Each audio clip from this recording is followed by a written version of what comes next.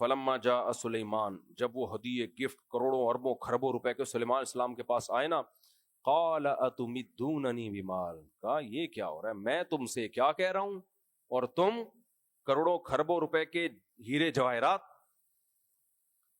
مجھے پیسوں کے ذریعے ہماری مدد کرنا چاہتے ہو؟ یعنی ہم کوئی کمزور گورنمنٹ ہیں تو آپ چاہتے ہو کہ ہمیں پیسے ویسے دے دیا کریں تاکہ ہم تھوڑا سا اسٹیبل رہیں اور ہمیں ٹیکس ملتا رہے. تو فما آتانی اللہ خیر مما آتاکم، جو وسائل اللہ نے مجھے دیے تمہارے خواب میں بھی نہیں تم نے کبھی دیکھے ہوں گے. اور پھر اس قاصد کو کہا ارجع الیہم، واپس چائے وائے پلائی ہوگی ابے نندن کی طرح.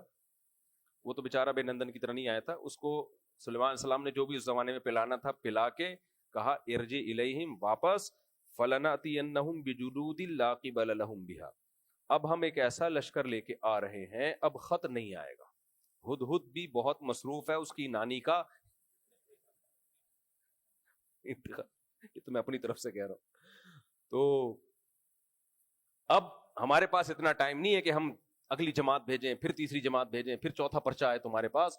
ہم ایک لشکر لے کے آ رہے ہیں، لا قبل لہم بہا، تم اس کے سامنے ٹھہرنے کا تصور بھی نہیں، کیونکہ اس میں جنات بھی ہوں گے. ٹھیک ہے نا، جنات بھی ہوں گے، انسان بھی ہوں گے، جنات طاقتور فوج ہوگی.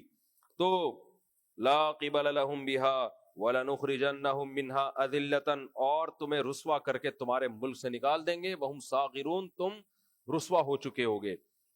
تو یہ دھمکی گئی ہے ملکہ سبا کے پاس. اس نے کہا بھائی پہلے تفتیش احوال جا کے کرو، اپنی آنکھوں سے دیکھو، قاصد بھیجو کہ ہم مذاکرات کے سلسلے میں حاضر ہونا چاہتے ہیں. ٹھیک ہے نا، سامنے بیٹھ کے فیس ٹو فیس بات ہوگی.